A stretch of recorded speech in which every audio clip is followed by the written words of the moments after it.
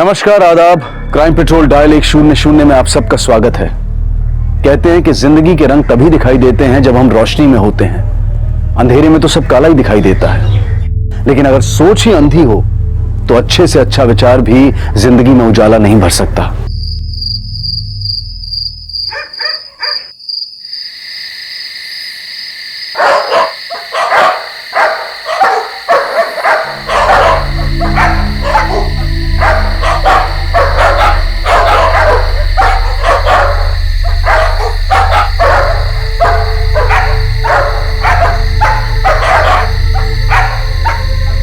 শোনো না, কোথায় তুমি? ऐसा कौन सा अर्जेंसी आ गया कि तुम शादी में नहीं गए? हाँ, और विशुदा कहाँ है? विशुदा को मैं शादी के पंडाल के बाहर छोड़ा है, वो आ जाएगी कल सुबह तक। अच्छा ठीक है, तुमको आने में कितना टाइम लगेगा? अरे बाबा, मैं भी आ जाऊंगा 3-4 घंटे में। चिंता मत करो, तुम सो जाना, ठीक है? ठीक है।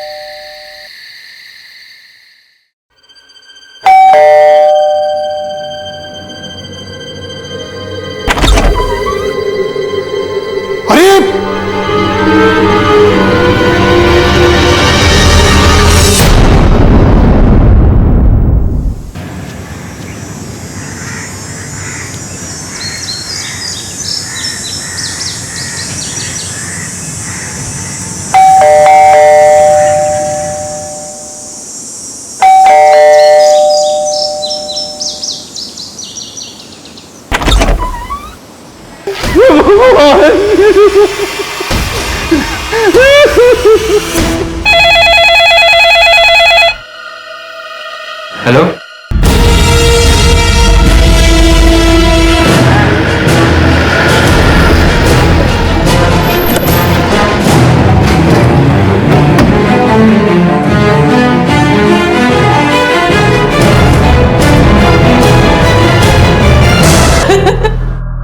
और एक छोटी भी है, शुरूबी, वो कोलकाता में है। आप कहाँ रहते हैं? इसी कॉलोनी में, थोड़ी दूरी पे।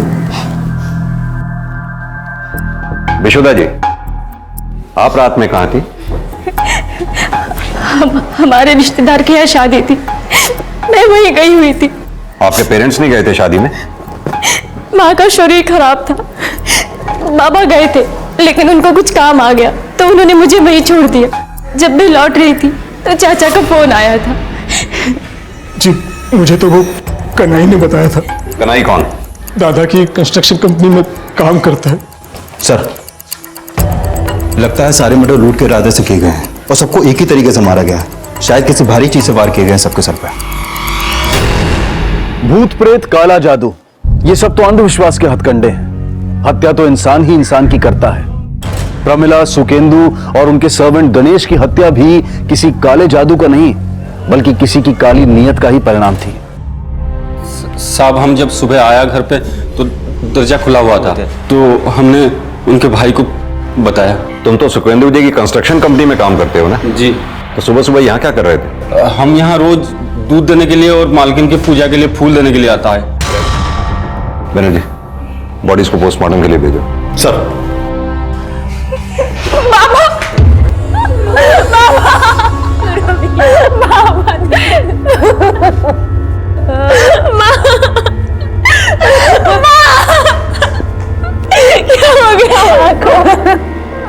सर, मैं विशुदा का हस्बैंड हूँ और ये उसकी छोटी बहन सुरभि। आप लोग भी कोलकाता में रहते थे? ना सर, मैं आसनसोल में ही रहता हूँ। सुरभि को पिक करने स्टेशन गया था। आसपास का एरिया सर्च किया, कहीं कोई सीसीटीवी नहीं है, और लोगों से पूछताछ की, तब भी इस घर में किसी आने जाने वाला का कोई क्लू नहीं मिला। तो फिर डॉग स्क्वाड को बुलाओ। अगर ये काम इसी एरिया के किसी आदमी का है तो हो सकता है कोई लीड मिले।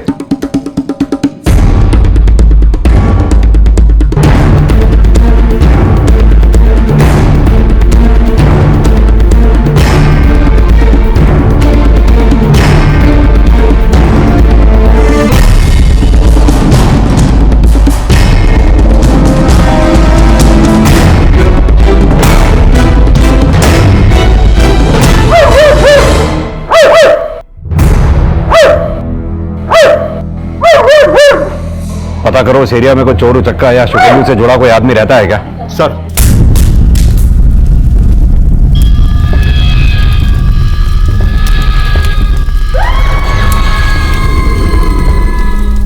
सर, कन्हई भी इसी बस्ती में रहता है।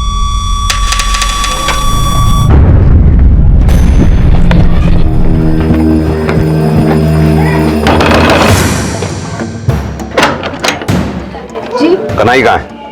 क्यों बोलो, वो तो यहाँ नहीं। मनीषा, तलाशी लो घर की। उधर देखो।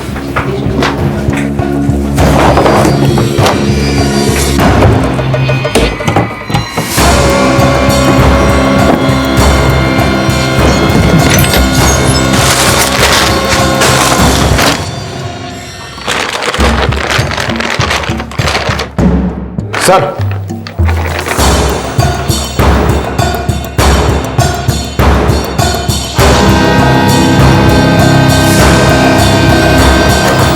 और ये कैश भी।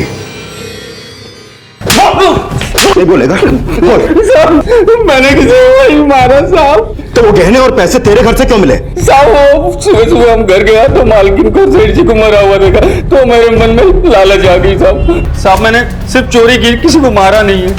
सच सच बोल दे, वरना सच उगलवाना हम जानते हैं। साहब उस बस्ती में तरुण भी तो रहता है, वो मार सकता है सेठ जी को। तो तरुण क्यों मारेगा? 3 महीने पहले सेठ जी ने उसे नौकरी से निकाल दिया था चोरी के इल्जाम में। माफ कर दो सेठ जी, दोबारा ऐसा गलती नहीं होगा। हमको नौकरी से मत निकालो। बस तरुण, अब तुझ पर बिल्कुल विश्वास नहीं कर सकता मैं। जाओ मेरी झारखंड देखे, और आज के बाद अपनी शक्ल भी मत दिखाना मुझे। जाओ।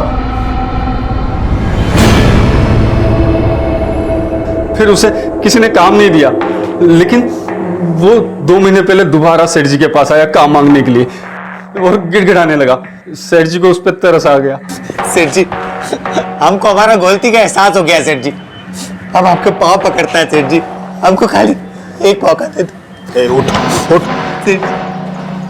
देखो, हम तुमको सुपरवाइजर तो नहीं रख सकता, लेकिन हाँ, अगर दिहाड़ी मजदूर करके काम करना चाहते हो तो आ सकते हो। जिस दिन आओगे 150 रुपए दूंगा। 150 रुपया? हाँ, 150 रुपया। वो हाँ तो बोल दिया था, लेकिन अंदर ही अंदर बहुत नफरत पाता था सेठ जी के लिए, क्योंकि सेठ जी ने उसे सुपरवाइजर से दिहाड़ी मजदूर बना दिया था। बहुत कड़वा बोलता था वो सेठ जी के बारे में। गनीमत है कि सेठ जी ने तुझे जेल नहीं भेजा और दोबारा काम पे भी रख लिया। तो क्या एहसान किया? साला हमको सुपरवाइजर से दिहाड़ी मजदूर बना दिया।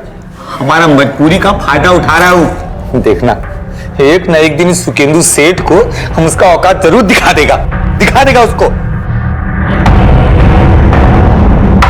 मुझे पक्का यकीन है उसने ही सेठ जी को मारा होगा। चोरी के इल्जाम में निकाले गए चोर ने सिर्फ हत्या की और तूने चोरी। बेवकूफ समझता है हमें। सब मैं सच बोल रहा हूं, मैंने किसी को नहीं मारा। इसकी तब तक खातिरदारी करो जब तक ये सच ना बोले। ये तरुण के घर की तलाशी लो और उसको बुलाओ, और हाँ, ये शुकेंदु के भाई को भी बुलाओ। सब।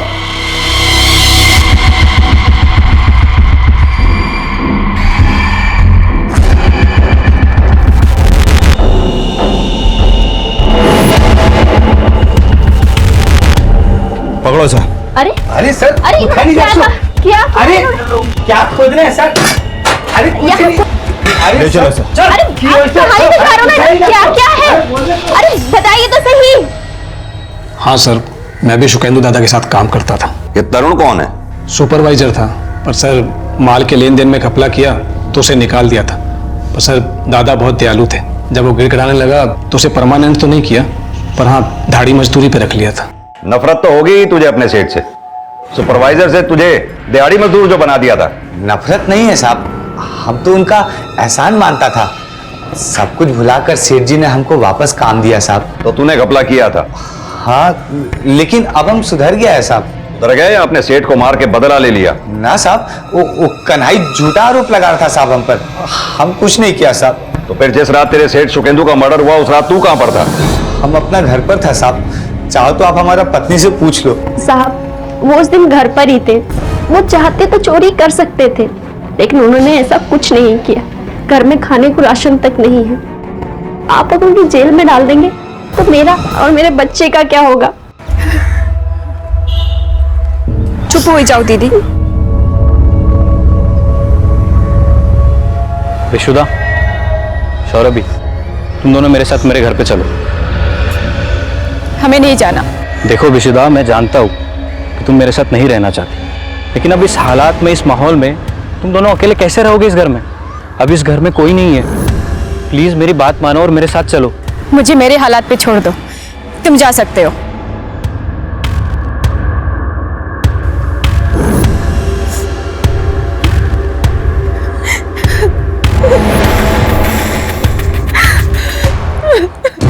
सर, तरुण के घर से ऐसा कुछ नहीं मिला जो इन मर्डर्स में उसका हाथ होने का कोई लीड थे। ये भी साफ है कि तरुण जरूरतमंद है। अगर ये मर्डर उसने किए होते तो वो चोरी भी कर सकता था, लेकिन चोरी कन्हई ने की। लेकिन ये भी तो हो सकता है कि कन्हई मर्डर चार्ज से बचने के लिए तरुण को दोषी ठहरा रहा हो सकता है सर, लेकिन बहुत मानने के बाद भी कन्हई ये नहीं कबूल रहा कि ये मर्डर उसने किए हैं। सर, ये भी तो हो सकता है कि कन्हई ने सिर्फ चोरी की, लेकिन मर्डर तरुण के बजाय किसी और ने, क्योंकि सुकेंदु बहुत बड़ा बिजनेसमैन था। हो सकता है काफी दुश्मन हो उसके। लेकिन बनर्जी, हत्या सिर्फ सुकेंदु या उसकी बीवी की नहीं हुई है, उनके नौकर गणेश की भी हुई है। इस गणेश से लेकर सुकेंदु के घर वालों के सबके कॉल रिकॉर्ड्स निकलवाओ। पता लगाओ सुकेंदु के परिवार में, रिश्तेदार में, व्यापार में ऐसा कौन है जिसके पास इन सबको मारने का मोटिव हो सकता है। सर, इस ट्रिपल मर्डर को सुलझाने के लिए सुकेंदु और उसके परिवार के दुश्मनों का पता लगाया जा रहा था, लेकिन वो औरत कौन थी जो काला जादू को इन हत्याओं की वजह ही नहीं मान रही थी, बल्कि इन हत्याओं से खुश भी थी? क्या उस औरत का सुकेंदु के परिवार से कोई कनेक्शन था?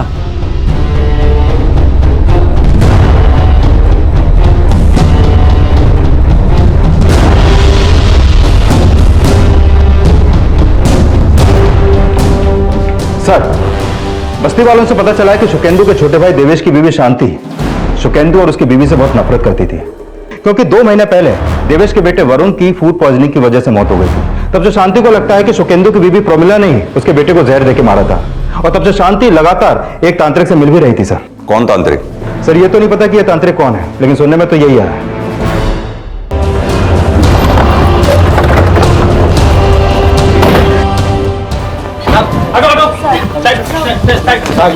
हटिए।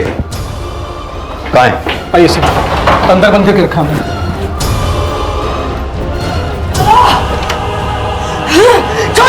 रुकिए। चलो, हटिए, रास्ता दीजिए। नहीं, किसी को नहीं छोड़ूंगी। सबको अपने काले जादू से भस्म कर दूंगी। तेरे पूरे परिवार का नाश कर दूंगी। छोड़ो मुझे।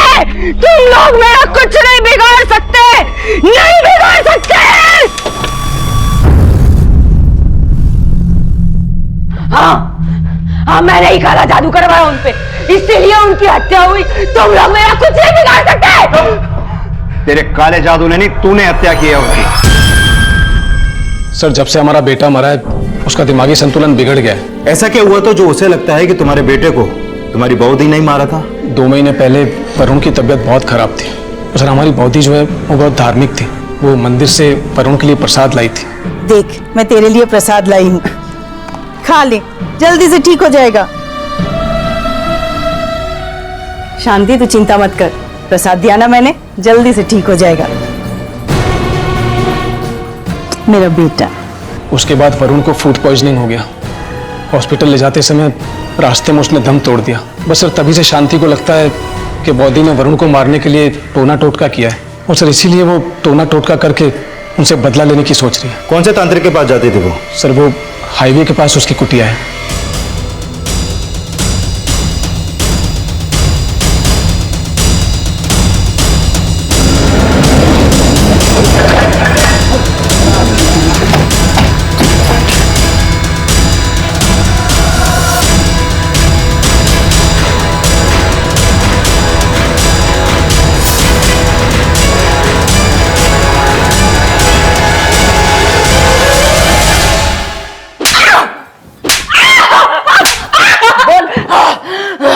मैंने जाके गुड़िया गाड़ी थी उन पापियों के आंगन में, इसीलिए वो मर गए।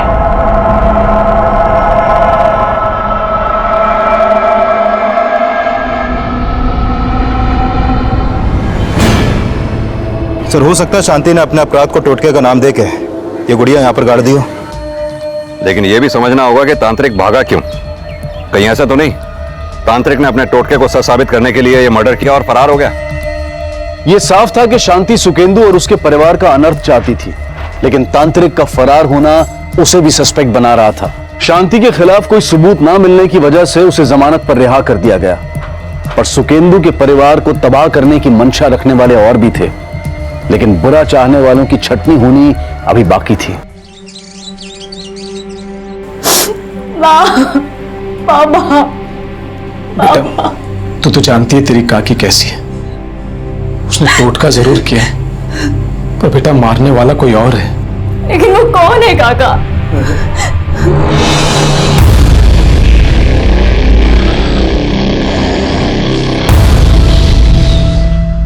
मर्डर का टाइम? सर, गणेश और प्रोमिला की हत्या रात 11 से 12 बजे के बीच हुई और रात 11 बजे तक सुकेंदु की फोन की लोकेशन शादी के वेन्यू की थी और ठीक 12:30 बजे तक सुकेंदु का फोन हीरापुर एरिया में एक्टिव था। सर, पता चला है सुकेंदु का एक छोटा भाई भी है। रात 12:30 बजे तक सुकेंदु का फोन जिस एरिया में एक्टिव था उस एरिया में उसके भाई का एक आश्रम है। आश्रम? वो सन्यासी है सर, भगवान की तरह पूछते हैं लोगों से। विजय बाबा के नाम से जानते हैं। ये देखिए सर, उस तांत्रिक की कुटिया उसके आश्रम से ज्यादा दूर नहीं। बनर्जी, कहीं ऐसा तो नहीं कि इस बिजॉय बाबा का इस तांत्रिक के साथ कोई कनेक्शन हो? लेकिन सर, तांत्रिक के कॉल रिकॉर्ड में तो ऐसा कुछ सामने नहीं आया, लेकिन सर हो भी सकता है। सर, बिजॉय बाबा की यह बात भी अजीब है, उनके भाई और बौदी को मरे 3 दिन हो गए, लेकिन वो उन्हें देखने तक नहीं आए।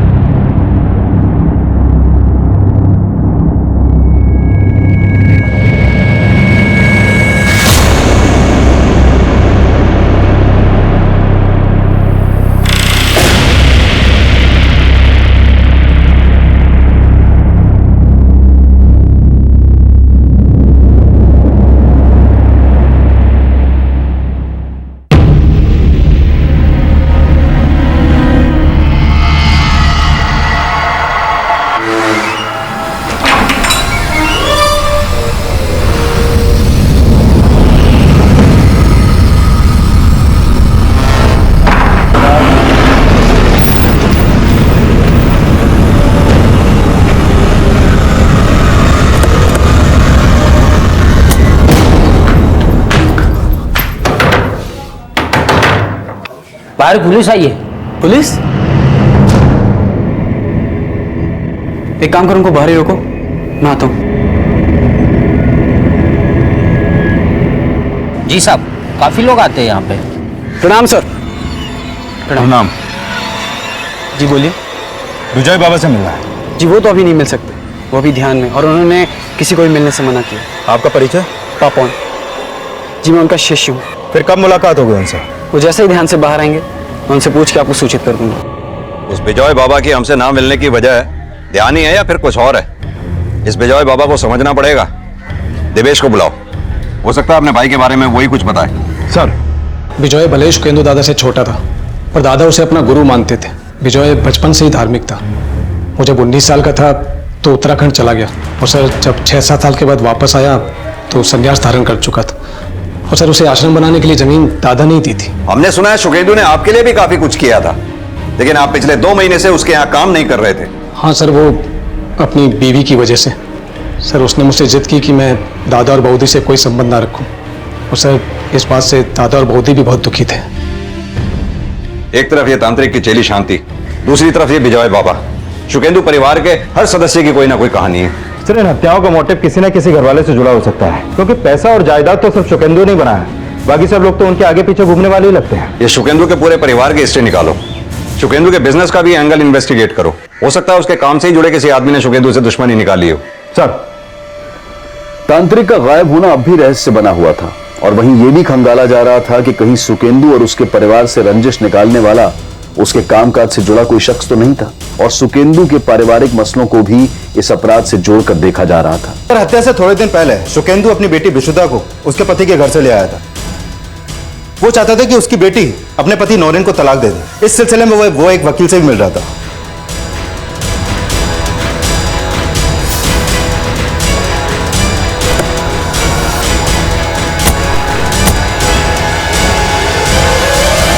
सर, नौरीन मुझे मेंटली बहुत टॉर्चर करता था क्योंकि मैं उसे बच्चा नहीं दे पाई। पहले तो बाबा ने नौरीन को एक मौका दिया, लेकिन फिर एक दिन अचानक मुझे घर ले आए और बोले कि मैं नौरीन से तलाक दिलवा दूंगा। नहीं सर, मैं वसुधा श्री में खुद से अपसेट था। अब मियाँ बीवी के बीच में अगर बच्चा ना हो तो थोड़ी बहुत तो खिटपिट होती रहती है सर, लेकिन उसी बात का बाबा ने पतंगड़ बना दिया और विशुदा को घर से ले गए। मैं तो सिर्फ उसको अपने लाइफ में वापस लाना चाहता था, अपने घर में वापस लाना चाहता था, लेकिन उन्होंने मना कर दिया। और इसी नफरत में तुमने उन लोगों को मार दिया। नहीं सर, मैं ऐसा क्यों करूंगा? मैं थोड़ा अपसेट था, लेकिन उनसे नफरत थोड़ी करता था। सुकेंदु के दोनों भाई बिजॉय और देवेश की पत्नी शांति के बाद अब सुकेंदु के दामाद नरेन पर भी नजर रखी जा रही थी और बहुत जल्द सुकेंदु की छोटी बेटी शक के घेरे में आने वाली थी। शुरू पापा उनसे मिलने जा रही हो तुम? जब आप जानती हो तो पूछ क्यों रही हो? बाबा ने मना किया था ना तुमको पापा उनसे मिलने के लिए। हाँ, वो नहीं रहे तो कम से कम उनकी कही हुई बात का तो मान रख लो। देखो दीदी, मुझे समझाने की जरूरत नहीं है कि मुझे क्या करना और क्या नहीं, ठीक है?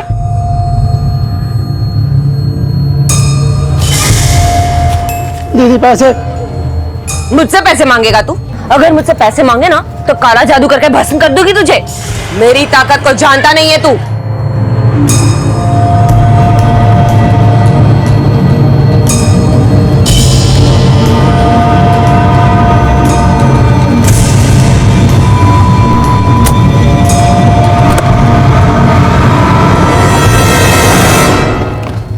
सर, नौरीन को भूमि होटल के पास एक लड़की के साथ देखा गया।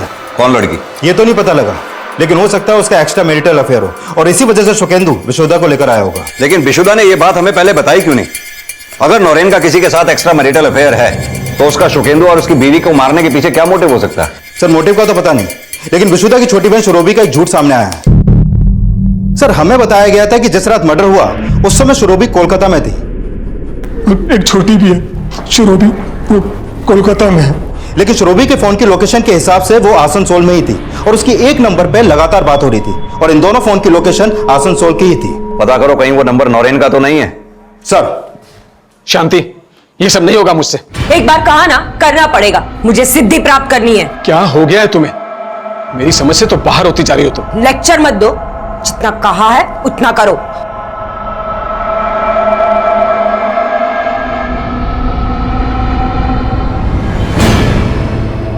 सर, ये नौरीन का नाजायज रिश्ता नहीं, कुछ और ही लगता है। रोज नई नई लड़कियों के साथ दिखता है और एक हैरानी की बात पता चली है कि ये नौरीन और विजय बाबा के बीच में अक्सर बहुत बातें होती हैं, लेकिन शुरोबी जिस नंबर पर कॉल करती है वो नंबर नौरीन नहीं बल्कि पापोन के नाम पर रजिस्टर्ड है। ये पापोन कौन है? विजय बाबा का शिष्य। सर, पता चला है कि शुरोबी का आश्रम में बहुत आना जाना है।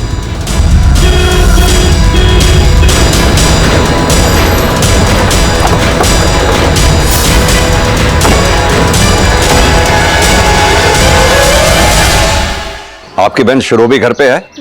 वो तो काम से बाहर गई हुई है। पापोन को जानती हैं आप? वो शुरूबी पापोन से प्यार करती है साहब। पहले तो बाबा को पापोन से कोई प्रॉब्लम नहीं था, लेकिन कुछ दिन पहले बाबा ने शुरूबी को पापोन से मिलने के लिए मना कर दिया। शुरूबी, ना चुप। कि देखो लाभ नहीं शुरूबी, रोने का कोई फायदा नहीं है। मैंने तुमसे कहा है तुम पापोन से नहीं मिलोगी, मतलब नहीं मिलोगी, समझी ना तुम? ऐसी क्या वजह थी जो तुम्हारे बाबा ने शुरोबी को पापोन से मिलने से मना कर दिया? वो तो उन्होंने कभी नहीं बताया साहब। तुम्हारे बाबा उस रात आश्रम में क्यों गए थे? वो तो अक्सर वहां जाते थे, लेकिन कभी रात को नहीं गए और ये बात हमें भी नहीं समझ में आया। तुम्हारे पति नौरीन की विजय बाबा से बहुत बातचीत होती है। विजय चाचा को नौरीन बचपन से जानता है, उनका अच्छा दोस्त है, तभी हम में प्यार हुआ, लेकिन हमारा रिश्ता निभ नहीं सका। बनर्जी, पापोन और शुरोबी से मिलने से पहले इस विजय बाबा से मिलना पड़ेगा, फिर अब चाहे वो किसी ध्यान में हो या किसी मुद्रा में।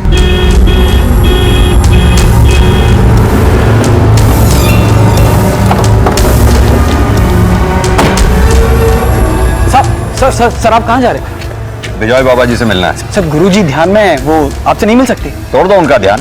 सर गुरुजी का ध्यान ऐसे नहीं टूट सकता। तो हम तोड़ देते हैं उनका ध्यान। रुकिए, आ रहा हूं मैं। उस रात शुकेंदु आपके आश्रम में आए थे? जी हाँ, आए थे। तकरीबन 12 साढ़े 12 बजे तक थे, बाद में चले गए। इतनी रात को उनके यहाँ आने की वजह? उन्हें कुछ तनाव था, उनके लिए पूजा करवानी थी। कैसा तनाव? सांसारिक तनाव। हालांकि मैंने उन्हें समझाया कि गृहस्थाश्रम है तो तनाव तो होना ही है, लेकिन फिर भी उनकी मन की शांति करने के लिए मैंने यज्ञ करवाया और बाद में वो चले गए। और आपके यज्ञ के बाद वो अपने घर गए जहां उनका मर्डर हो गया। क्या कनेक्शन है आपके यज्ञ और उनके मर्डर के बीच में? अभी मैं कैसे बताऊं सर? अपने भाई की मौत की खबर सुनकर अफसोस तो हुआ ही होगा। मैंने संसार की मोह माया का त्याग किया है। मेरे लिए हर मानव एक समान है। जैसे आप हो वैसे ही हमारा भाई, वैसे ही ये सबन। और जनन मरण तो संसार का नियम है, उसे भला कौन टाल सकता है? आपके भाई अपनी मौत नहीं मरे हैं, मर्डर हुआ उनका। बनर्जी, इसे जानते हैं आप? जी नहीं, है तो कोई तांत्रिक लगता है। मेरा संपर्क तो साधु संतों से है, ऐसे तांत्रिकों से नहीं।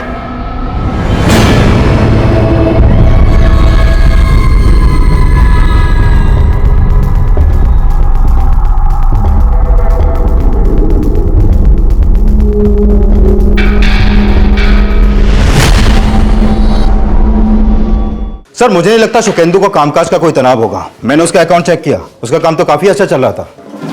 ये शुकेंदु उस रात घर से शादी के लिए निकला था, फिर अचानक शादी छोड़कर आश्रम जाने की क्या वजह हो सकती है उसकी?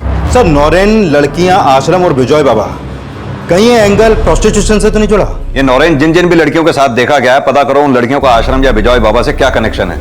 और ये श्रोबी और पापोन को भी बुलाओ। ये हत्या वाली रात उनके आसनसोल में होने का क्या राज है, ये हमारे लिए पता करना बहुत जरूरी है। सर शांति का पति देवेश आया है, बोला शांति नहीं मिल रही है। सर मेरी बीवी शांति आधी रात को पता नहीं कहां चली गई। सर बहुत ढूंढा मैंने उसे पर कहीं नहीं मिल रही।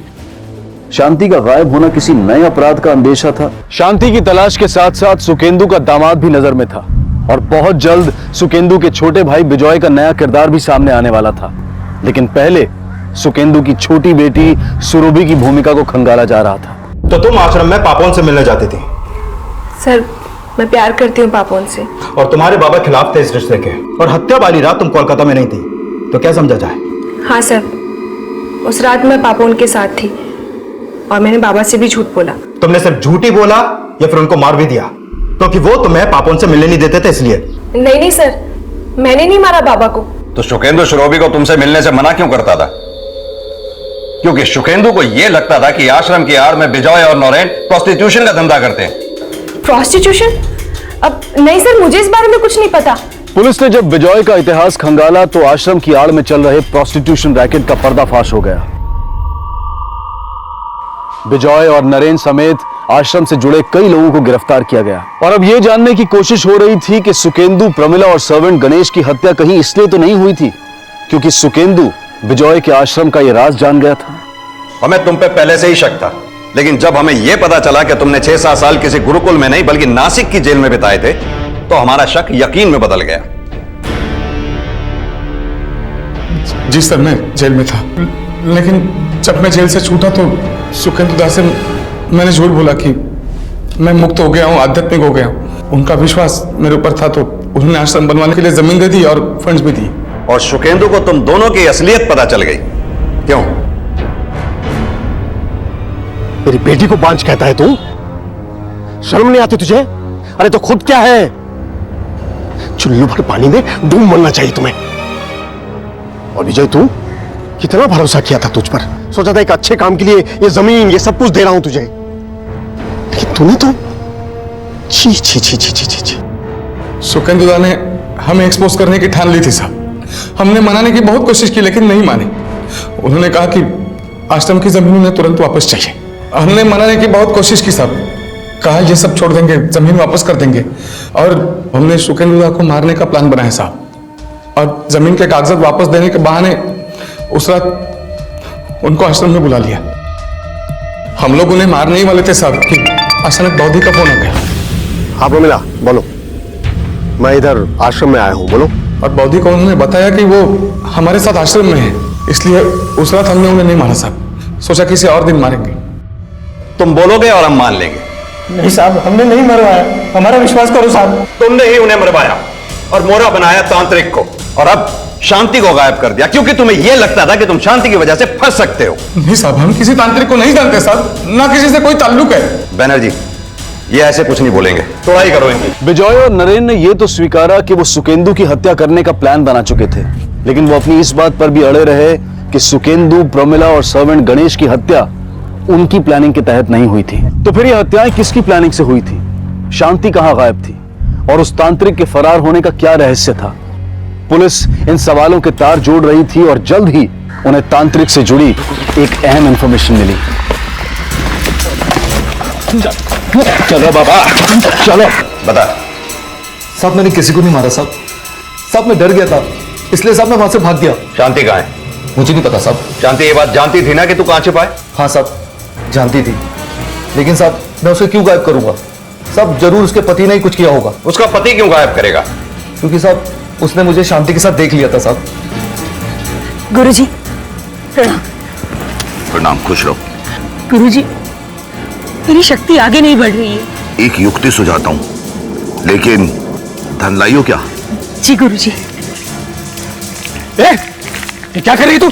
मेरे पैसे लुटवा रही है और तुझे तो आज पुलिस में दूंगा। चल छोड़, अरे छोड़ो मेरे गुरु को, छोड़ो। को बेवकूफ बनाता है। मेरे गुरु को छोड़ दो। अरे छोड़ दो मेरे गुरु को, छोड़ दो।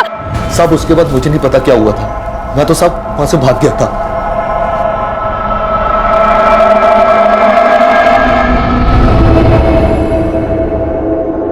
तुम्हारी चुप्पी साफ साफ बता रही है कि तुम ही ने शांति को मारा है।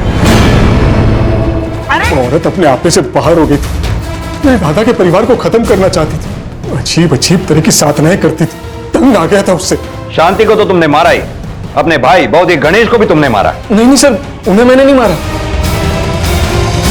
सर मुझे लगता है ये मर्डर तांत्रिक नहीं किए होंगे और शांति से वो गुड़िया भी उसने ही करवाई होगी, और सुकेंदु के बंगले में वो जरूर शांति के साथ या शांति के जाने के बाद वहां गया होगा। साहब मानता हूं साहब, मैं शांति के साथ गया था, लेकिन मैंने किसी को नहीं मारा साहब।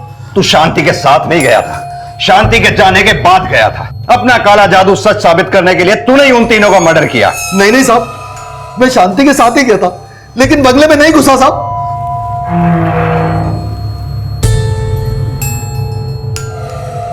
जा उस खंबे के नीचे जल्दी से खड़ा जा, जल्दी जा। साहब उसके बाद मैं दीवार के पीछे छुप गया। मैंने देखा कि कंबल ओढ़े एक आदमी बंगले के अंदर जा रहा था। साहब मर्डर उसी ने किया होगा साहब। कौन था वो? साहब अंधेरा बहुत था, इसलिए मैं उसे देख नहीं पाया साहब। सर अगर तांत्रिक सच बोल रहा है तो कौन हो सकता है वो? कनाई? वो कन्हैया या कोई और होगा उसी बस्ती का, लेकिन ऐसे कोई नहीं बताएगा, सच उगलवाना पड़ेगा। एक काम करते हैं, जो लोग भी अपने रेडार पे हैं सबसे अच्छी तरह से दोबारा पूछताछ करते हैं। सर सीसीटीवी में साफ दिखाई दे रहा है कि तुम ही वहां कमरे में घुसे थे। सर मैं नहीं गया था वहां। तुम्हारा ही चेहरा था उसमें। सीसीटीवी फुटेज में तू ही था ना? मैं नहीं था सर। देख सच सच बोल। अगर तू नहीं तो उस सीसीटीवी फुटेज में तेरा भूत है क्या, तो तेरे सेठ के घर में कंबल ओढ़ के घुस रहा है? सीसीटीवी देखता रहूं, तेरा भांडा फूट चुका है। हमें पता चल चुका है कि तूने ही अपने मालिक, मालकिन और गणेश का कत्ल किया है। हम तो साहब। बनर्जी उगलवाओ से सच।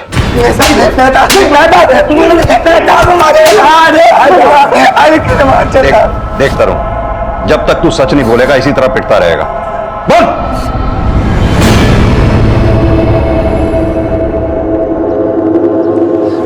सेठ जी बोलो।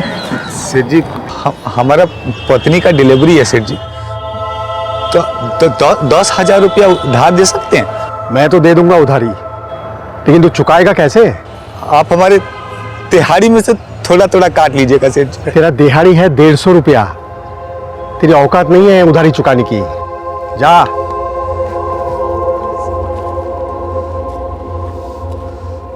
साहब इतना कमाता था, 10,000 रुपया क्या बड़ा बात था उसके लिए, लेकिन उसने साहब आपको नीचा दिखाया।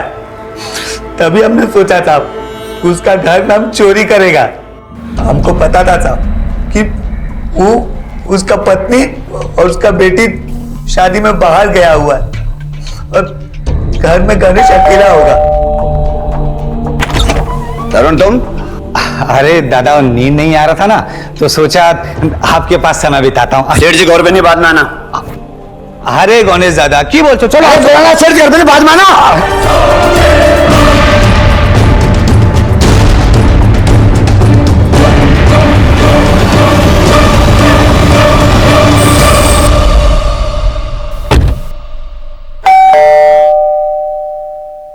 अपराधी कितना भी शातिर क्यों ना हो, एक ना एक दिन अपने जाल में फंस ही जाता है। कोई सीसीटीवी फुटेज नहीं है हमारे पास। हाँ, और तुझे क्या लगता है तेरे सेठ ने तुझे चोरी करते पकड़ के तुझे बेइज्जत किया था? नहीं, उल्टा तेरे सेठ ने तेरे पे तरस खा के अपने यहां तुझे दिहाड़ी मजदूर बनाया। इतना ही नहीं, बल्कि तेरी बीवी की डिलीवरी के लिए उसने 10,000 रुपए भी छोड़े थे। कनाई ने जो तेरे सेठ के यहां से गहने और नकदी चुराए थे, हमने उसके घर से बरामद किए, और उसी सामान में हमें एक लिफाफा मिला जिस लिफाफे के अंदर 10,000 रुपए थे, जो शायद तेरे सेठ ने तेरी बीवी की डिलीवरी के लिए छोड़े होंगे।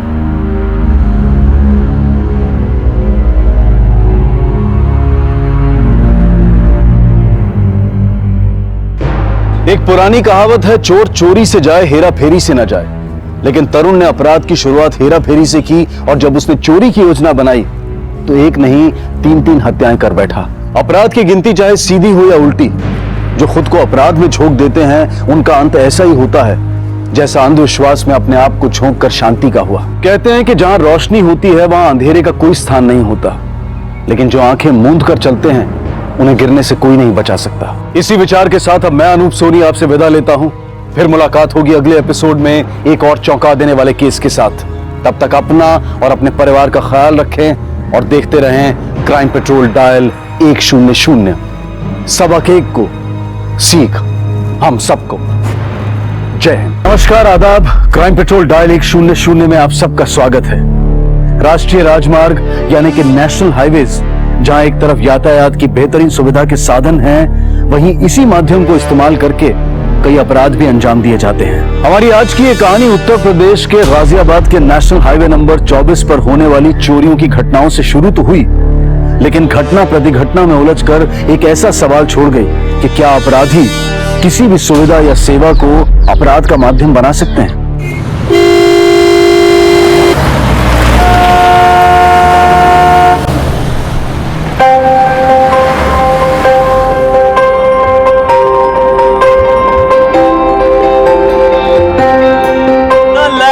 मोबाइल फोन कंप्यूटर नहीं आता है, माता जी से कर लो चैट, आज जगराता है। मम्मी ये हार देखो कैसा लग रहा है। तो बहुत सुंदर लग रहा है, और जब तुम पिंक लहंगा पहनोगी ना तो और अच्छा लगेगा। अच्छा, मैंने ना तुम्हारे लिए और हार खरीदा है, वो उस वाले पैकेट में रखा हुआ है। अरे अरे पप्पू बेटा, क्या कर रहे हो? इतनी जल्दी किस बात की, तुमको बताओ। चीनी का मतलब जानते हो? शुगर। कम हुआ तो मुसीबत, और ज्यादा हुआ तो भी मुसीबत। क्या समझे? सही भैया जी, एकदम सही।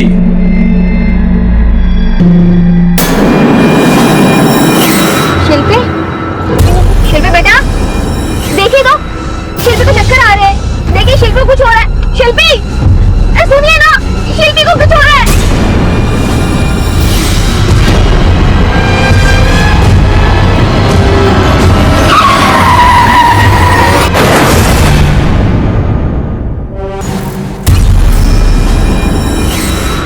जी नहीं, बैग तो एक भी नहीं मिला गाड़ी में। हमारे जीवन भर की कमाई उस बैग में थी, अगर वो हमें नहीं मिला तो हम तो बर्बाद हो जाएंगे। अब शांत हो जाइए, पहले मुझे शुरू से ये बताइए कि हुआ क्या था। हम लोग अपनी बेटी की शादी के लिए शॉपिंग करके वापस आ रहे थे, तभी रास्ते में सर थोड़ा सा भारी लगने लगा था, और फिर हमें पता ही नहीं चला कि कब अचानक हम बेहोश हो गए। आपने रास्ते में कहीं कुछ खाया या पिया था? हाँ हाँ, हम लोगों ने नित्य भंडारा में खाना खाया था।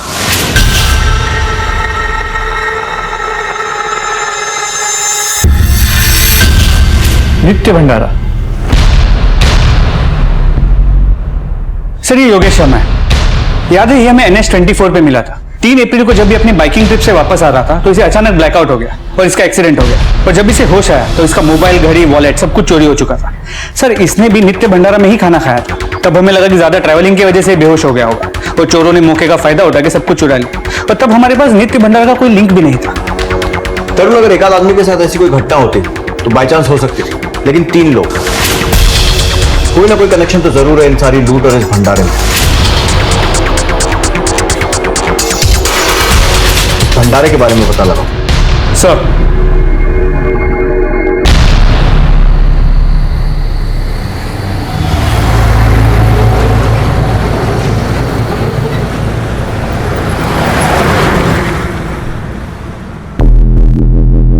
इस भंडारा की सारी इंफॉर्मेशन निकाल ली। ये भंडारा पिछले 10 साल से एक ही परिवार चला रहा है, और कोई पद्मा नाम की औरत है जो इसे देख रही है। करीब 10 साल पहले नवरात्र के वक्त इस पद्मा के पति का एक्सीडेंट हो गया था।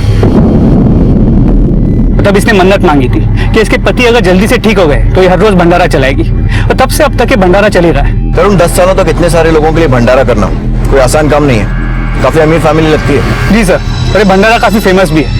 ये मिसाल है आजकल के लोगों के लिए कि कैसे एक पत्नी अपने पति के प्यार और लंबी उम्र के लिए दिन रात मेहनत कर सकती है। अरे, आप जा रहे हैं? हाँ। मैडम, पुलिस वाले आए।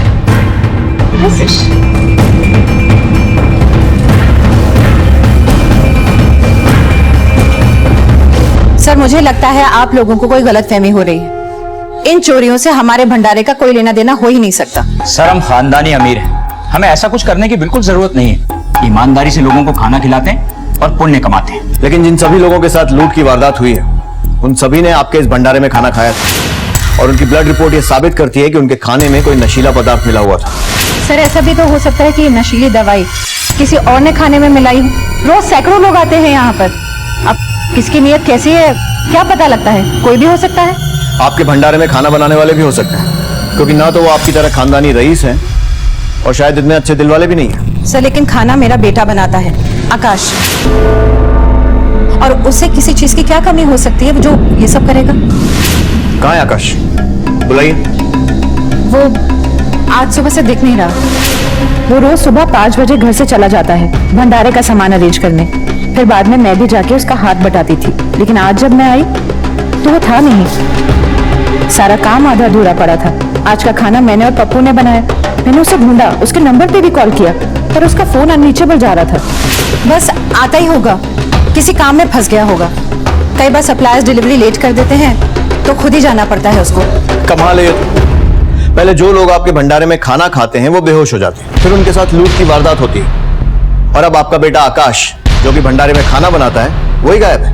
गायब नहीं हुआ, आ जाएगा। अब मैंने कहा ना किसी काम में फंस गया होगा। मम्मी, पापा, क्या हुआ? क्या हुआ भानी? क्या हुआ?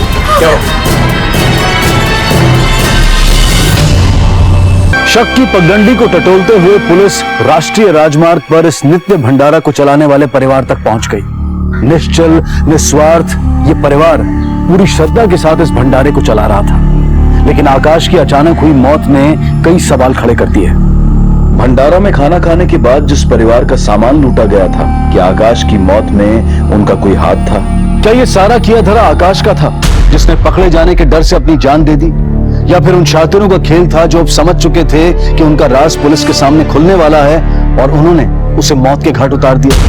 या फिर ये किसी अंदरूनी साजिश की चिंगारी थी जो अब शोला बनकर फट पड़ी थी? सिर्फ लूटपाट का दिखने वाला ये केस आकाश की मौत से एक संगीन मोड़ पर आ गया था।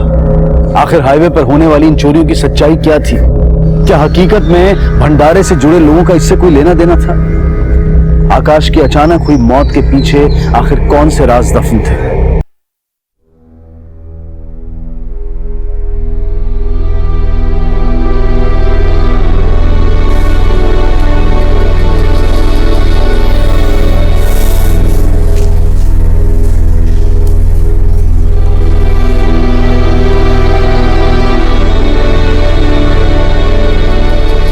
पद्मा, संभालो अपने आप को। मैं तुम्हारा दुख समझ सकता हूं। बंद करो अपना ये नाटक। तुम्हें आज तक मेरी फिक्र थी ही कब? और आकाश के जिंदा रहते भी तुमने कभी उसकी परवाह ही कहाँ की? जाओ यहां से। मुझे मेरे बेटे के साथ अकेला छोड़। पोस्टमार्टम रिपोर्ट के मुताबिक आकाश की मौत 13 मई को सुबह 5 और 6 के बीच हुई थी। मौत सर पे वार की वजह से ही हुई। सर कहीं ऐसा तो नहीं कि आकाश को पता चल गया था कि इन चोरियों के पीछे कौन है और इसलिए उसे मार दिया गया ताकि सच्चाई बाहर ना आ सके? चोरी के माल का कोई क्लू मिला? सर अब तक तो कुछ नहीं, लेकिन सारे ज्वेलर्स को अलर्ट कर दिया है। अगर कोई ज्वेलरी बेचने की कोशिश करेगा तो पकड़ा जाएगा। गुड। तरुण एक बात और गौर की, आकाश का खून स्टोर रूम में हुआ था। इसका मतलब जिसने भी ये किया है उसकी पहुंच भंडारे के अंदर तक थी, वो भी आराम से। राइट सर, भंडारे के स्टोर रूम में बिना रोक टोक सिर्फ वही जा सकता है जो अंदर काम करता हो। कहीं आकाश के मर्डर के पीछे वहां काम करने वाले पप्पू का हाथ तो नहीं? माता रानी की कसम खा के कहता हूँ साहब, आकाश भैया तो मेरे बड़े भैया जैसे थे, वो हमारे लिए सब कुछ थे साहब। भैया जी भारी ब्लंडर हो गया। क्या हुआ? नमक ज्यादा गिर गया। अब मम्मी जी तो नौकरी के साथ साथ हमारी जान भी ले लेगी। अरे पप्पू बेटा, काहे छोटी छोटी बात पे फफल जाते हो तुम? हैं रुको, अभी देखो जादू। ये देखो, एक, ये दो, हाँ इसको 15 मिनट तक रखो, हैं सारा नमक सोख लेगा और फिर निकाल लेना, किसी को पता नहीं चलेगा। भैया जी आपने तो मेरी नौकरी बचा ली, धन्यवाद। अरे हमारा उपकार मानना छोड़ो, काम में ध्यान दो। है और तो और उस सवेरे हम वहां थे भी नहीं, उस दिन हम भंडारे में वहां लेट से पहुंचे थे। तो और कौन मार सकता है आकाश को? साहब आकाश भैया इतने बड़े आदमी थे कि इनको कोई कैसे मार सकता है। बस यही सोच सोच के हमारा तो कलेजा फटा जा रहा था।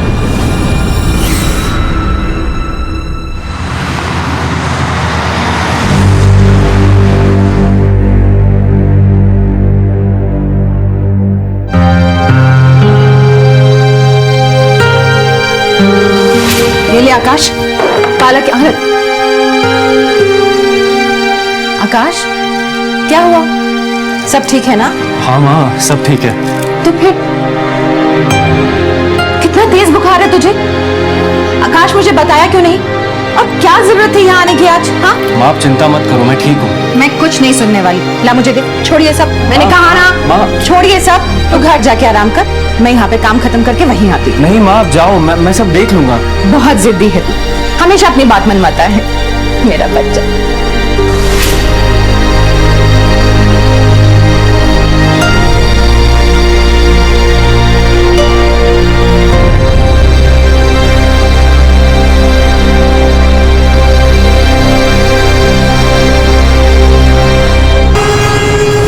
ये क्या हो रहा था यहाँ? तुम यहाँ? तुम्हें शर्म नहीं आती? इसी जगह पे तुम्हारा भाई और तुम? मार तो तुमने आकाश को बहुत पहले ही दिया था, अब क्या खून की आंसू बहा रही हो?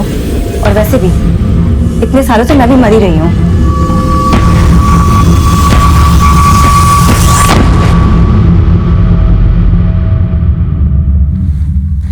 तो सभी इंफॉर्मेशन को क्रॉस चेक किया तो दो बातें पता चली। पहली ये कि पप्पू सच बोल रहा, उस दिन वो भंडारे में काफी लेट पहुंचा था। और दूसरी बात ये कि जब हमने आकाश के कॉल रिकॉर्ड्स को चेक किया, पता चला कि वो एक नंबर पे बहुत ज्यादा बात करता था। वो नंबर किसी सीमा शुक्ला के नाम पे रजिस्टर्ड है। सर ये उसकी फोटो है जो हमें टेलीफोन कंपनी ने भेजी है।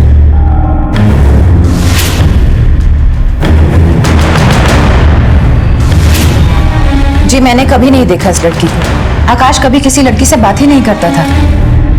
भंडारे का रसोइया होने की वजह से उसे कसम खाई थी कि वो मांसाहारी खाना, शराब और लड़की, इन सब चीजों से दूर रहेगा। लेकिन आकाश के कॉल रिकॉर्ड्स तो कुछ और ही बता रहे हैं। उनके हिसाब से वो लगातार इस लड़की के टच में था। मैं नहीं मानती। इसे जानती है? हाँ सर, ये सीमा है और हमारे यहाँ पीजी में रहती है।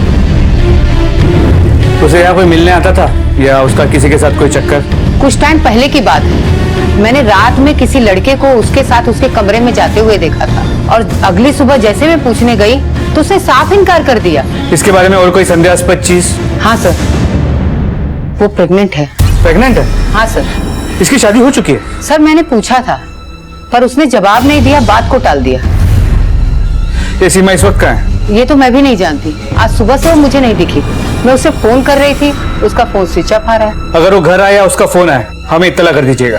जी सर।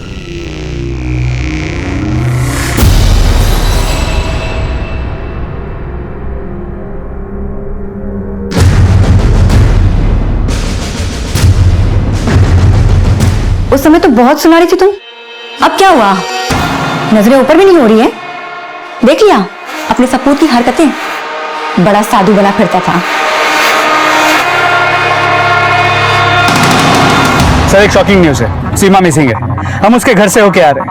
उसके मकान मालिक का कहना है कि उसका एक लड़की के साथ चक्कर चल रहा है और वो कल रात से घर भी वापस नहीं आई है। तरुण, पहले आकाश का खून हुआ और जब उसका लिंक सीमा से जुड़ा तो सीमा गायब हो गई। केस उलझता जा रहा है। सर, एक बात तो पक्की है, इन दोनों के बीच ताल्लुकात तो थे।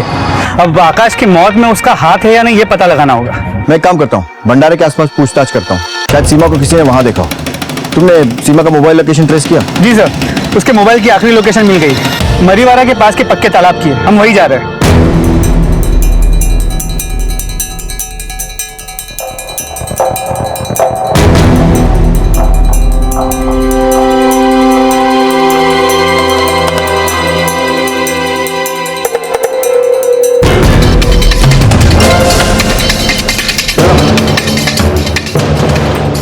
लड़की को देखा कहीं?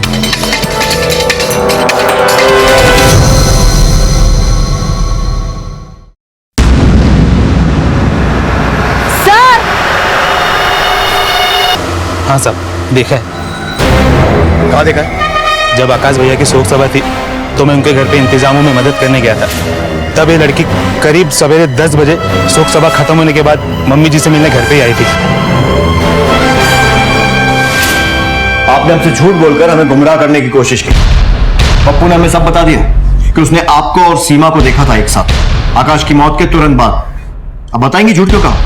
हाँ, वो लड़की आई थी मेरे घर पर सर, पर वो झूठ पे झूठ बोले जा रही थी। मैंने उनसे कोई झूठ नहीं बोला सर, मैंने सब सच बोला है। मैं आकाश की पत्नी हूँ और मेरे पेट में उसका 4 महीने का बच्चा पल रहा है। मैं और आकाश एक दूसरे से प्यार करते थे। हमारी मुलाकात 1 साल पहले हुई। उसके बाद हम एक दूसरे को चाहने लगे। आकाश को 35 साल की उम्र तक ब्रह्मचर्य जीवन का पालन करना था, इसलिए उसने अपनी माँ से ये बात छुपाई। इस शादी का कोई सबूत है आपके पास? नहीं सर, कोई सबूत नहीं है। हमने छुप के मंदिर में शादी की थी और अपनी माँ के डर के मारे आकाश ने कोई फोटो भी नहीं खींची। जब मुझे आकाश की मौत के बारे में पता चला तो मैं उसके घर गई थी और मैंने उसकी माँ को सब सच सच बताया, पर उन्होंने मेरी एक भी नहीं मानी और मुझे धक्के दे के वहां से निकाल दिया। सर, मेरा बेटा मुझे कभी धोखा नहीं दे सकता। क्या सबूत है उस लड़की के पास? मुझे पक्का यकीन है वो झूठ बोल रही है। जब उन्होंने मुझे वहां से निकाल दिया तो मुझे बिल्कुल समझ में नहीं आया कि अब मैं कहाँ जाऊं, क्या करूं। फिर अचानक लगा कि आत्महत्या कर देती हूँ। हत्या करने के लिए पानी में कूदी तो एहसास हुआ कि मेरे अंदर जो बच्चा पल रहा है उसकी क्या गलती है, मैं उसकी जान कैसे ले लूं। किसी तरह पानी में हाथ पैर मार के किनारे तक आई और उसके बाद मुझे कुछ होश नहीं है सर। आपको क्या लगता है आकाश को कौन मार सकता है? किसी पे शक है आपको? सर, मुझे पूरा यकीन है कि आकाश को वानी ने मारा है। वानी ने? उसकी बहन? जी। ऐसा क्यों लगता है आपको? वो नफरत करती थी आकाश से। छोड़ो वानी, छोड़ो। अगर हाथ लगाए ना छोड़ूंगी तुझे मैं, समझा तू? अगर आपको मुझ पे यकीन नहीं है तो आप पप्पू से पूछ सकते, बाकी लोगों से पूछ सकते। सबने वो तमाशा देखा था और इतना ही नहीं, जिस रात आकाश की मौत हुई मैंने खुद वानी को भंडारे पे देखा था।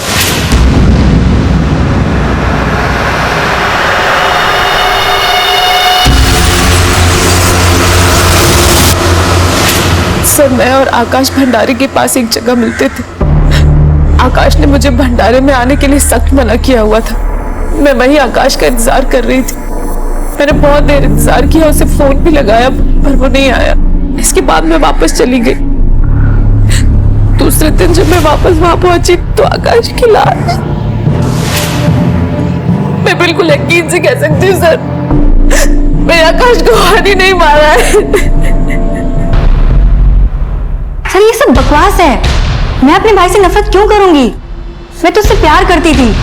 और सर हर घर में झगड़ा होता है, नोकझोंक होती है, पर इसका मतलब ये नहीं कि मैंने अपने भाई को जान से मार दिया। अगर ऐसा है तो उस रोज आधी रात को भंडारे में जाने की वजह? सर मैं अपने बॉयफ्रेंड से मिलने गई थी और आप लोग को यकीन नहीं हो रहा तो आप मेरे बॉयफ्रेंड से पूछ सकते हैं। और आप लोग मुझ पे क्यों शक कर रहे हैं? उस रात सीमा भी तो वहीं पर थी। क्या पता उसने आकाश को मार दिया हो। सर ये वाणी तो बड़ी टेढ़ी चीज लगती। और कहानी में ये सीमा का ट्विस्ट हमें किसी अलग ही डायरेक्शन में ले जा रहा है। देखा जाए तो आकाश और सीमा एक रिलेशनशिप में, कहीं उन दोनों के बीच कोई अनबन हुई हो तो? तरुण, ये भी तो हो सकता है कि हाईवे पर हो रही चोरियों में वानी का हाथ है, जिसके बारे में आकाश को पता चल गया और वानी ने ही आकाश को। पर बड़ा सवाल यह है कि वानी खुद एक अमीर बाप की बेटी है, जिसे कम से कम पैसों की कमी तो नहीं होगी, फिर वो ये सब चोरियां क्यों करेगी? इस केस में आरोप प्रत्यारोप का एक ऐसा खेल शुरू हो चुका था जिसकी वजह से पुलिस अब तक सच्चाई से दूर थी। इस केस का हर एंगल उन्हें एक ऐसी गली में ले जा रहा था जिसके आगे सिर्फ डेड एंड नजर आ रहा था। इतना तो साफ हो गया था कि परिवार में रिश्ते जहर भरे थे, कोई भी किसी को भी नुकसान पहुंचा सकता था। आखिर आकाश को किसने और क्यों मारा? क्या सीमा अपने और आकाश के रिश्ते के बारे में सच बोल रही थी? हाईवे पर होने वाली चोरियों का राज क्या था? सवाल कई थे लेकिन जवाब के इंतजार में थे।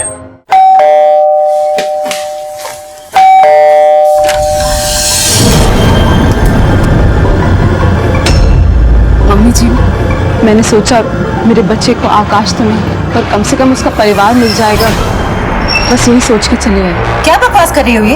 हाँ? चलो निकलो यहाँ से। फातिमा, इसे यहीं रहने दो, हमारी बहू है। इस कलमुही ने हमारे बेटे को फंसाया और आप इसी का साथ दे रहे? तमाशा मत करो, तुम्हारी भंडारे में चलती है वही बहुत है। ये घर मेरा है, मैं निर्णय करूंगा कि यहाँ कौन रहेगा और कौन नहीं। चलो बेटा। अरे लेकिन कुछ नहीं कहा ना मैंने। चलो बेटा। सर सभी जगह पूछताछ की, इलाके के सभी मंदिरों में भी चेक की, लेकिन सीमा और आकाश की शादी का कोई सबूत नहीं मिला। मुझे लगता है कि सीमा झूठ बोल रही। और वानी के बैंक अकाउंट डिटेल्स? तो वो भी चेक किया लेकिन उसके अकाउंट में कुछ नहीं मिला, सभी अकाउंट्स खाली है। लेकिन इन्वेस्टिगेशन के दौरान एक इंटरेस्टिंग बात सामने आई, सारी प्रॉपर्टी और बैंक बैलेंस आकाश के नाम है, वानी के नाम पे कुछ भी नहीं। ऐसा क्या? वो भी तो उस घर की बेटी है। जब यही सवाल मैंने उनकी फैमिली लॉयर से बोला तो एक नया एंगल सामने आया। क्या? हमें पता चला है कि वानी आपकी नाजायज बेटी है, क्या है सच? जी हाँ, ये सच है। बहुत साल पहले मुझसे गलती हो गई थी, वानी उसी का नतीजा है। मुसीबत तो तब हो गई जब वानी की मां गुजर गई और उसे मुझे अपने साथ लाना पड़ा। तब पद्मा को मेरे अफेयर के बारे में पता चला, लेकिन मैंने इन्हें माफ कर दिया और वानी को अपनी बेटी के रूप में एक्सेप्ट कर लिया। घंटा एक्सेप्ट किया इन लोगों ने मुझे। 14 साल से ये लोग जिसे घर बोल रहे हैं वो घर नहीं, एक मकान है, और उस मकान में सड़ रही हूँ मैं। घर दीवारों से नहीं, घर वालों से बनता है, और यहाँ सारे रिश्ते नाते सब कुछ फेक है। वो मेरी सुपर मॉम नफरत करती है मुझसे, मेरी जिंदगी नरक बनाती है। और वो मेरा बाप साला एक नंबर का डरपोक, वो कभी कुछ नहीं बोलता, एक पैसा तक नहीं देता कि मैं अपने लिए कुछ अरेंज कर सकूं। ये लोग दुनिया के सामने जैसा दिखाते हैं ना, वैसे बिल्कुल नहीं है, बहुत चालू हो गई है। वानी की आदतें खराब थी, इसलिए हम में से कोई भी उसे सपोर्ट नहीं करता था। हाँ सर, और इसकी लत भी मुझे इन लोग की वजह से लगी थी। जब आपको आपकी फैमिली में प्यार नहीं मिलेगा, इंपॉर्टेंस नहीं मिलेगी, तो क्या करेगा इंसान? मैंने भी यही किया, इन सब चीजों में अपनी इंपॉर्टेंस बनाई। अपने एडिक्शन का बहाना मुझे मत दो। जब नशे के लिए घर से पैसे नहीं मिल रहे थे तो भंडारे के खाने में दवा मिला के लोगों को लूटने लगे। जब आकाश को पता चला तुमने उसे रास्ते से हटा दिया। मैं इस घर में अकेली नहीं हूँ जिसके साथ आकाश का रिश्ता खराब था। वो मेरा बाप, उसकी भी नहीं बनती थी उससे। बहुत बहुत शुक्रिया बहन जी, खाना बहुत स्वादिष्ट था आपका। धन्यवाद, दोबारा आइएगा और यहाँ का लाभ उठाइएगा। हाँ, जय माता। जय माता दी। आकाश, हाँ माँ। तुझे पता है आज भंडारे में लगभग 200 लोग आए थे और कहीं भी जरा सी भी कोई भी गड़बड़ नहीं हुई, और ये सब सिर्फ तेरी वजह से। थैंक यू माँ। मैं बहुत खुश हूँ कि तू इन जैसा नहीं। इन जैसा? क्या मतलब, क्या तुम्हारा? क्या बोलना चाहती हो? ये मत भूलो कि ये भंडारा मेरे पैसों से चलता है, क्योंकि मैंने चलने दिया अब तक। अरे तुम्हारी औकात नहीं है एक वक्त की रोटी भी कमा सकते। आप कुछ ज्यादा ही बोल रहे हैं। माँ से आपको ऐसे बात करने की जरूरत नहीं है। तू समझाएगा मुझे किससे कैसे बात करनी है? पापा आप भूल रहे हैं कि मैं भी जवान हो चुका हूँ, हाथ पैर मैं भी चला सकता हूँ। 4 लोगों के सामने बेइज्जती करने से अच्छा है कि आप यहाँ से निकल लें।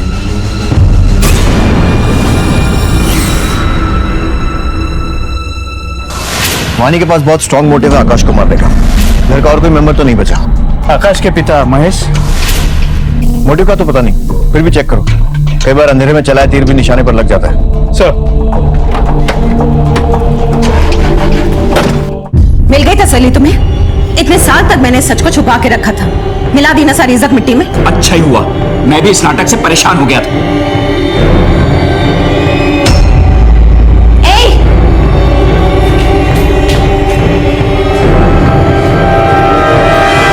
तेरी हिम्मत कैसे हुई मेरे किचन में घुसने की? तू मेरे बेटे की बीवी नहीं, रखेल है रखेल। ये बच्चा भी उस वाणी की तरह नाजायज है और मैं नहीं मानती कि मेरे बेटे का बच्चा है।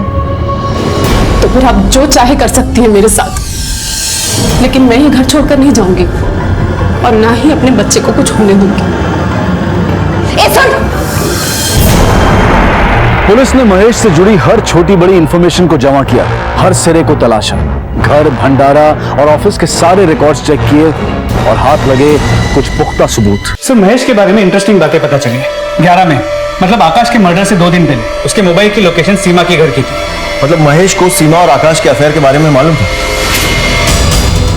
एक और बात, सीमा के घर के लीज एग्रीमेंट में विटनेस में महेश का नाम है और ये लीज एग्रीमेंट आकाश और सीमा के रिलेशनशिप से बहुत पहले की है, करीब 2 साल पहले की।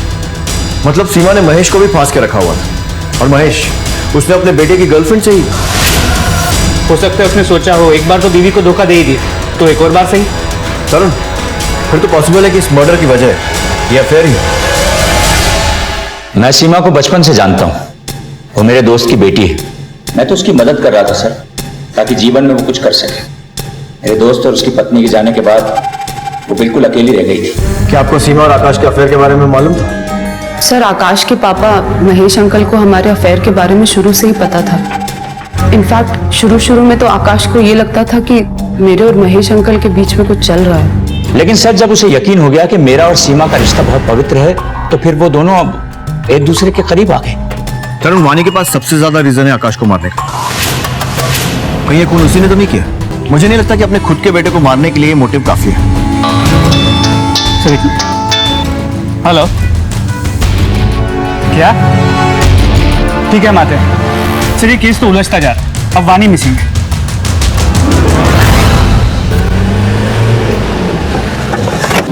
कब से लापता है वानी? जी कल से ही। वो कल से लापता है और आप लोगों ने कोई मिसिंग कंप्लेंट दर्ज नहीं कराई। कैसे बाप हैं आप? वानी तो अपनी मर्जी से चलती है सर, वो कहाँ किसी की सुनती है।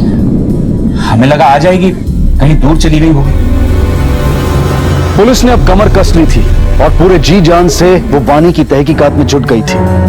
आकाश की हत्या की गुत्थी अब नए पहलुओं में उलझ रही थी, लेकिन पुलिस हर मुमकिन सुराग को तलाश रही थी।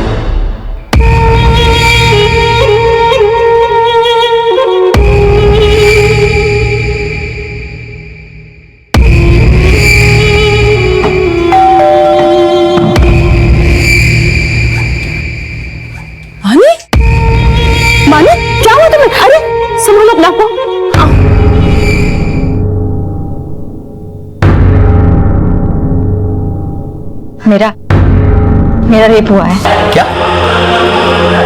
किसने किया आपके साथ ये सब? मैंने उनका चेहरा नहीं देखा, वो 2 लोग थे। सर, मैं इस घर से दूर जाना चाहती थी। मैं एक गली में पहुंची तो अचानक से पीछे से हमला हुआ। कहां पर हुआ था ये सब?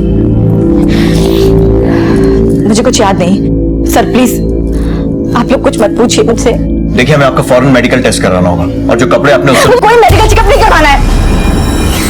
मैं बस भूलना चाहती हूँ इस हादसे को। मुझे कोई कंप्लेन नहीं करवानी। आप लोग प्लीज जाइए यहाँ से, प्लीज।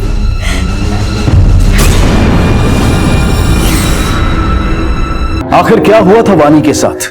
क्यों वानी अपने बलात्कारी के खिलाफ कोई कंप्लेंट नहीं करना चाहती थी? क्या वो कोई राज छिपाना चाहती थी?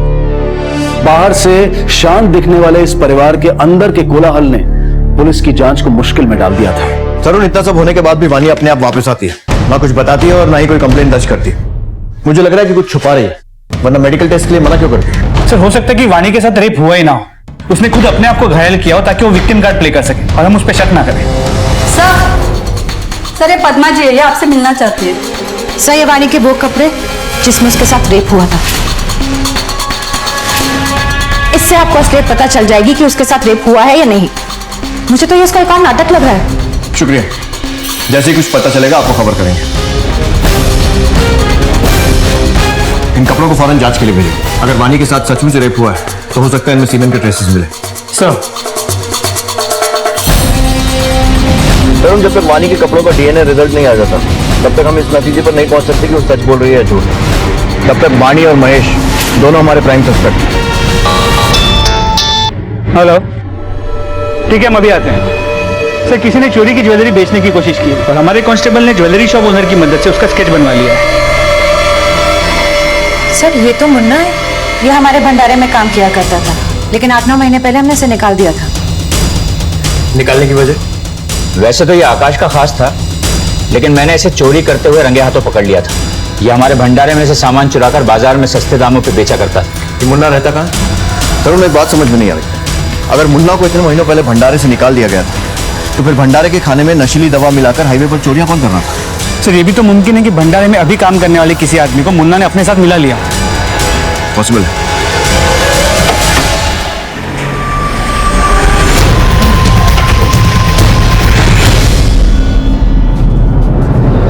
ताला तोड़ दो। अंदर चेक करो अच्छे से, पूरे अंदर।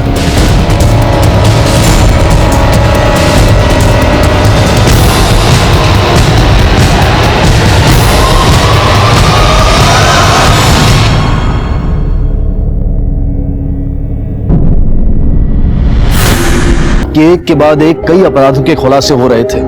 और क्या आकाश और मुन्ना को मारने वाला शख्स एक ही था? क्या वजह थी जिसके कारण मुन्ना और आकाश को अपनी जान गंवानी पड़ी? क्या इन हत्याओं का वानी से कोई लेना देना था? इन सारे हादसों के तार एक दूसरे से जुड़े हुए थे या नहीं, ये कह पाना बहुत मुश्किल था। लेकिन पुलिस अपनी पूरी ताकत के साथ इस केस के हर पहलू पर अपनी कड़ी नजर बनाए हुए थी। सर, पोस्टमार्टम रिपोर्ट के अनुसार मुन्ना के सर पे किसी भारी चीज से वार किया गया था और जो बियर की बोतल हमने फोरेंसिक्स में भेजी थी उसमें सिर्फ मुन्ना की फिंगरप्रिंट्स मिली। तरुण, महेश ने बताया था कि मुन्ना आकाश का खास आदमी था। वैसे तो ये आकाश का खास था, लेकिन मैंने इसे चोरी करते हुए रंगे हाथों पकड़ लिया था। कहीं ऐसा तो नहीं कि इन चोरी में मुन्ना का ही हाथ था, जिसके बारे में आकाश को पता चल गया और राज छुपाने के लिए मुन्ना ने ही आकाश को मार दिया। लेकिन फिर मुन्ना को किसने मारा? आकाश की पिछले 10 महीने की हिस्ट्री निकालो, पता करो कि नौकरी से निकाले जाने के बाद मुन्ना और आकाश टच में थे या नहीं। सर,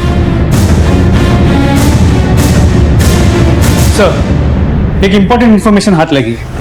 आकाश की एक म्यूजिक कंपनी में जॉब को लेकर बात चल रही थी और वो वहां ज्वाइन भी करने वाला था। इनफैक्ट 12 मई की रात 10 बजे उसने ट्रेन की 2 टिकट्स भी निकाली थी अहमदाबाद जाने की, खुद के लिए और सीमा के लिए। मतलब जिस दिन उसकी हत्या हुई उसकी पिछली रात को वो भागने वाला था, तो फिर भागा क्यों नहीं?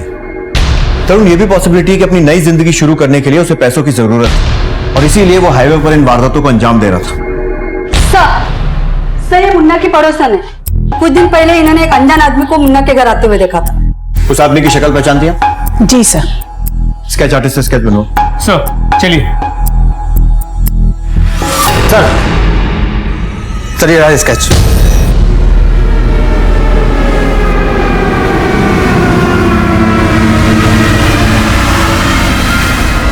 मैं बताता हूँ सर, बताता हूँ। उन चोरियों में मेरे ही हाथ था सर। भंडारे में जो भी थोड़ा पैसे वाला दिखता था। मुन्ना को नौकरी से निकालना भी मेरा ही प्लान था, ताकि मैं उसे इस काम के लिए इस्तेमाल कर सकूं। कई सालों से भंडारा चला रहे हो ना, तो इतने सालों के बाद ऐसा कौन सा पहाड़ टूट पड़ा कि लोगों को लूटने की नौबत आ गई? सांस लेना मुश्किल हो गया था मेरा, सिर्फ एक गलती की वजह से। कौन सी गलती? ये भंडारा जो है सारी दुनिया के सामने पति पत्नी के प्रेम की निशानी था, और दरअसल था वो एक तमाचा जो मेरे मुंह पर रोज पड़ता था। उसने मेरी नाजायज बेटी वानी को घर के अंदर तो ले लिया, पर कभी अपनाया नहीं, न खुद उसके पास गई, न मुझे उसके पास जाने दिया। तभी मैंने तय कर लिया कि ये भंडारा बंद करके उसका सर शर्म से नीचे झुका दूंगा। और किसी और को पता न चले इसलिए मुन्ना को भी मार दिया? मैंने मुन्ना को नहीं मारा, मैं तो उससे चोरियां करवाता था बस। 17 मई को कहां थे? हापुड़ में था सर। सर, मुझे पता है आप लोग मेरा विश्वास नहीं कर रहे हैं, आप अपने तरीके से पता कर सकते हैं। मैं सच बोल रहा हूँ। 17 तारीख को पूरा दिन वो हापुड़ के होटल में थी। मुझे नहीं लगता कि मुन्ना के खून में उसका हाथ हो। सर, एक और बात, वानी के कपड़ों की प्रिलिमिनरी रिपोर्ट आ गई, उससे प्रूव होता है कि उसके साथ रेप हुआ था। इसका मतलब वानी जानबूझकर कुछ छुपाने की कोशिश कर रही है, क्योंकि जिस दिन वानी गायब हुई थी उसी शाम को मुन्ना की हत्या हुई थी और अगले दिन वानी वापस आ गई थी। तरुण, टाइम आ गया है कि टेढ़ी उंगली से सच को बाहर निकाला जाए। सर, फोरेंसिक रिपोर्ट आ गई। वानी के कपड़ों पे मिला सीमेंट मुन्ना के डीएनए से मैच करता है। हाँ सर, मुन्ना मेरे ही हाथों मर गया और मुझे कोई अफसोस नहीं है क्योंकि वो जीने के लायक ही नहीं था। लेकिन वो तो सिर्फ तुम्हारा ड्रग सप्लायर था ना, तो ऐसा क्या हुआ था तुम दोनों के बीच? मुन्ना को नौकरी से निकाले जाने के बाद मैंने दूसरे ड्रग सप्लायर से ड्रग लेना शुरू कर दिया था क्योंकि उसकी क्वालिटी अच्छी थी। पर कुछ दिन के बाद मैंने उस सप्लायर को फोन किया तो उसका फोन नहीं लग रहा था और सर मुझे तलब लग रही थी। फिर उसी बीच मुझे पप्पू मिला और पप्पू ये बात अच्छे से जानता था कि जब मुझे तलब लगती है तो मुझसे बर्दाश्त नहीं होता है, तो उसी ने मुझे मुन्ना के पास ले जाने का ऑफर दिया और वहां पर टॉप क्वालिटी है। आजकल तुम जो यूज करती हो ना उससे बहुत अच्छी। टॉप क्वालिटी ही यूज करती हूँ। बोलिया कौन है बाप मेरा? फायदा उठाया था। नौकरी से निकाले जाने के बाद भी वो चुपके चुपके भंडारे में आया करता था मेरे बाप से मिलने, और ये बात पप्पू को पता थी। तो तुमने इस रेप का पूरा सच और मुन्ना की मौत की बात हमें तब क्यों नहीं बताई थी? मैं डर गई थी, मैं वहां से जान बचा के भागी। मुझे नहीं पता था कि मुन्ना मर चुका है। वो तो बाद में पप्पू ने मुझे बताया कि मुन्ना की मौत हो गई है और सर उसी ने मुझे बोला कि हम दोनों की भलाई चुप रहने में है, तो इसीलिए सर मैंने कुछ भी नहीं बोला। चल अब सच सच बता, क्यों किया इतना घिनौना कांड? साहब वो वानी नाजायज थी पर फिर भी उसमें बहुत अकड़ थी। साहब आकाश भैया मेरे लिए सब कुछ थे, तब मैंने और मुन्ना ने मिलकर वानी को सबक सिखाने का सोचा ताकि उसकी अकड़ तोड़ सको। तूने हमसे ये बात क्यों छुपाई कि इन चोरियों में महेश का हाथ है? हाँ साहब, अगर ये बात मैं किसी को भी पता था तो मेरी नौकरी चले जाती, और वैसे भी आकाश भैया के बात को पता चल चुका था साहब। और क्या क्या मालूम है तुझे? देख सच सच बताना। आकाश भैया ने मरने के एक दिन पहले मुझे एक राज की बात बताई थी कि वो ये सब चीज छोड़कर सीमा भाभी के साथ कहीं दूर चले जाना चाहते। तो उनको एक अच्छी ऑफर भी मिली थी किसी एक अच्छे कंपनी से साहब। और किसको पता ये बात? शायद उन्होंने पद्मा जी को बताया था। हाँ सर, बताया था उसने मुझे। अब तू भी मेरा दिल तोड़कर जाएगा? शायद मेरी किस्मत ही। नहीं माँ, मैंने सोचा जरूर था पर मैं कर नहीं पाया। मैं कहीं नहीं जा रहा हूँ माँ, आपके पास ही रहूंगा। सच? हाँ।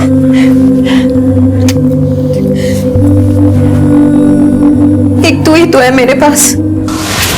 फिर क्या हुआ? अच्छा, फिर मैं अपने कमरे में चली गई और अगले दिन सुबह मिला बेटा। सर अगर ये पद्मा सच बोल रही है और आकाश ने नौकरी के लिए जाने से और घर छोड़ने से सच में मना कर दिया था तो फिर तो एक ही शख्स बचता है। कोई और रास्ता नहीं बचा था सर मेरे पास। बिना शादी के बच्चा कैसे पैदा करती? मैं और आकाश यहाँ से जाने वाले थे, एक नई जिंदगी की शुरुआत करने वाले थे, लेकिन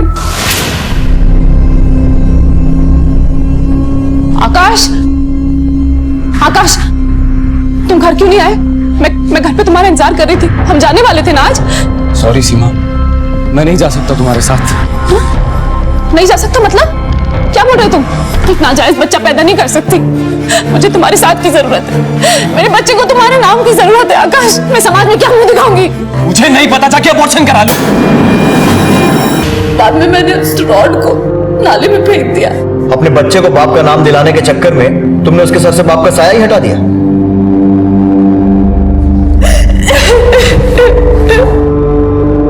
एक दूसरे को ना समझ पाने की वजह से कितनी ही जिंदगियां बर्बाद हो गई। अगर इंसान अपनी सोच को, अपने दिल को थोड़ा सा बड़ा करे तो मामले सुलझ सकते हैं। इसी विचार के साथ अब मैं अनूप सोनी आपसे विदा लेता हूं। फिर मुलाकात होगी अगले एपिसोड में एक और चौंका देने वाले केस के साथ। तब तक अपना और अपने परिवार का ख्याल रखें और देखते रहें क्राइम पेट्रोल डायल 100। सबक एक को, सीख हम सबको। जय हिंद। इस तरह के और भी एपिसोड देखने के लिए हमारे चैनल को सब्सक्राइब करें और बेल आइकन दबाना ना भूलें।